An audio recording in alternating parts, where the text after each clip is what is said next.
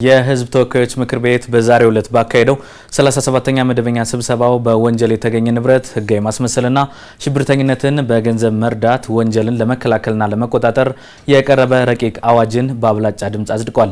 ምክር ቤቱ የቀረበለትን አዋጅ ቁጥር 1387/2017 በ3 ተቃውሞ በአንድ ድምጽ ታቅቦ በአብላጫ ድምጽ ነው ያጸደቀው። ምክር ቤቱ በዛሬው ውሎ የስታርታፕ የረቂቅ አዋጅን መርምሮ ለሚመለከተው ቋሚ ኮሚቴ መርቷል። ባልደረባችን መራውል ከድር ተጨማሪ መረጃ ሊያደርሰን እዚህ ስቱዲዮ ይገኛል። መራውል እንኳን ደህና መጣ። እንኳን ደህና ቆይ። አመሰግናለሁ። የምክር ቤቱ የዛሬው ውሎ ምን ይመስላል? መልካም ምንችል የህዝብ ተወካዮች ምክር ቤት በዛሬው ዕለት ባካሄደው 37ኛ መደበኛ ጉባኤው ላይ ሽብርተኝነትን በገንዘብ መርዳት እንዲሁም ደግሞ በህገወጥ መንገድ ወይም ደግሞ በወንጀል የተገኘ ንብረትን ህጋዊ ማስመሰልን ለመቆጣጠርና ለመከላከል የቀረበ ረቂቅ አዋጅን ነው በአብላጫ ድምጽ ያጸደቀው። ምክር ቤቱ የቀረበለትን አዋጅ ቁጥር 1387/2017 በ3 የተቃውሞ በአንድ የድምጽ ታቅቦና በአብላጫ ድምጽ ነው ያጸደቀው። በዚሁ ጊዜ እንግዲህ በህዝብ ተወካዮች ምክር ቤት የህግና ፍትህ ጉዳዮች ቋሚ ኮሚቴ ምክትል ሰብሳቢ አቶ ኢሳ ምክር ቤት አባላቱ ይህንን ረቂቅ አዋጅ ወይም ደግሞ ይህንን የተዘጋጀ አዋጅ በንባብ አቅርበው ነበር። በዚህ ጊዜ እንግዲህ ወንጀሉ በተለይም ድንበር ተሻጋሪና ዓለም አቀፍ ስጋት እንዲሁም ደግሞ ችግር በመሆኑ ከዓለም አቀፍ ህጎች እንዲሁም ደግሞ ኢትዮጵያ ከፈረመቻቸው ስምምነቶች ጋር በተጣጣመ መልኩ ጠንካራ ህግ ማዘጋጀት ማስፈለጉን አንስተዋል። በዚሁ ጊዜ ማለት ነው። በዚህም እንግዲህ ፍትሐዊ ማህበረሰብን ለመፍጠር ጤናማ የንግድ ስርዓትን ለማበጀት ወይም ደግሞ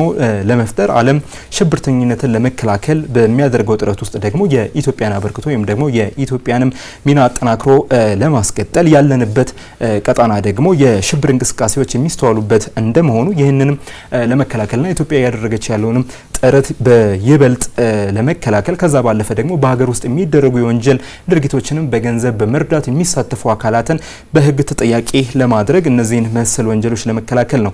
ይህ ከዚህ በፊት የነበረውን 70/2005 አዋጅን ማሻሻል ያስፈለገው ሲሉ ተናግሯል ማለት ነው። የምክር ቤት አባላቱም እንግዲህ በዚሁ ጊዜ የተለያዩ ጥያቄዎችን እንዲሁም ደግሞ አስተያየቶችንም ጭምር ሰጥተው ነበር። የምክር ቤት አባላቱ በተለይም በሀገራችን ተጨባጭ የሆኑ መሰል ወንጀሎችን እየተስተዋሉ ያሉበት ሁኔታ ስላለ ከዛ ባለፈ ደግሞ ከዚህ ቀደም ከሀገር ውስጥ በረቀቀ መንገድ የሸሹ ንብረቶችን እንዲሁም ደግሞ በዚህ የተሳተፉ ወንጀለኞችን ተጠያቂ ለማድረግ ከዓለም አቀፍ ህጎች እንዲሁም ደግሞ ከፈረምናቸው ዓለም አቀፍ ስምምነቶች ጋር የተጣጣመ መሆኑን ከዛ ባለፈ ሀገሪቱ ደግሞ በታሪክ በዚህ በጀት ዓመት ለ2018 በጀት ዓመት ከፍተኛ የሚባለውን በጀት ለማጽደቅ እየተዘጋጀች ያለችበት እንደመሆኑ ይህ በጀት በተለይም ከጸደቀ በኋላ ለተፈለገለት ዓላማ እንዲውል ለማድረግ ከዛ ባለፈ ደግሞ ቀደም ሲል እንዳነሳሁት ያለንበት ቀጣናም እንዲሁ የሽብር ድርጊቶች የሚስተዋሉበት ባለንበት ነባራዊ ሀገራዊ ሁኔታም እንግዲህ የተለያዩ የሽብር ቡድኖችን በገንዘብ የሚረዱ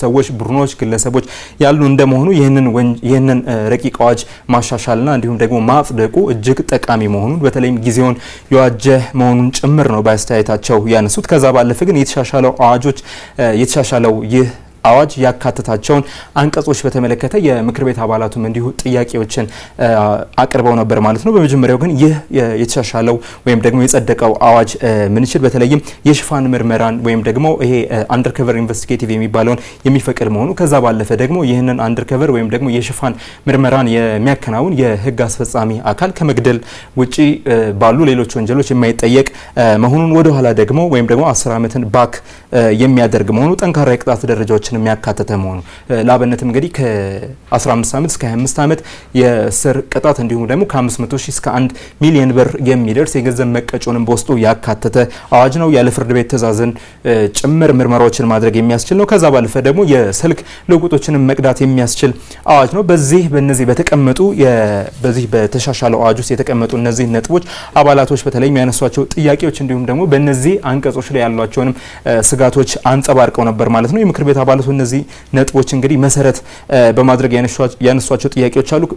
በዋናነት ከመሻሻል ይልቅ መተካት የሚለው ቃል ተገቢ እንደነበር አንስተዋል። ምክንያቱም ደግሞ ከዚህ በፊት በነበረው 1387/2005 አዋጅ ላይ የነበሩ በርከት ያሉ አንቀጾች የተሻሻሉበት ነው። ይህ የቀድሞው አንቀጽ 58 አዋጅ 58 ያህል አንቀጾች ያሉት ነው። ከነዚህ ውስጥ 14 ያህሉ ማለትም ከ1/3 በታች ያሉ ተሻሽለዋል። ከመሻሻል ይልቅ መተካት የሚለው ቃል ተገቢ እንደነበር አንስተዋል። ከዛ ባለፈ የዜጎች የሰዎች መረጃ አያያዝና አሰባሰብ ልምምድ አናሳ መሆኑንም እንዲሁ አንስተዋል። የህግ አስፈጻሚው አካል በተለይም መብቶች በዝርዝር መቀመጥ እንዳለባቸው አንስተዋል። ቀደም ሲል እንዳነሳሁት የህግ አስፈጻሚው አንደርከቨር ወይም ደግሞ የሽፋን ምርመራዎችን በሚያደርግ ጊዜ ከግድያ ውጭ ባሉ ወንጀሎች አይጠየቅም የሚል አንቀጽ አለ። ይህም እንግዲህ በግልጽ የዚህን የህግ አስፈጻሚ አካል መብቶች መዘርዘር እንዳለባቸው ካልሆነ ደግሞ ለሌሎች ወንጀሎች ወይም ደግሞ የህገ ወጥ አሰራሮች ሊዳርግ እንደሚችልም አንስተዋል። የተመረጡ ግለሰብና ቡድኖችን ለማጥቃት ይውላል የሚሉ ስጋቶችም እንዲሁ ከምክር ቤት አባላቱ የተንጸባረቁ ሀሳቦች ወይም ደግሞ ስጋቶች ናቸው። በህዝብ ተወካዮች ምክር ቤት የህግና ፍትህ ጉዳዮች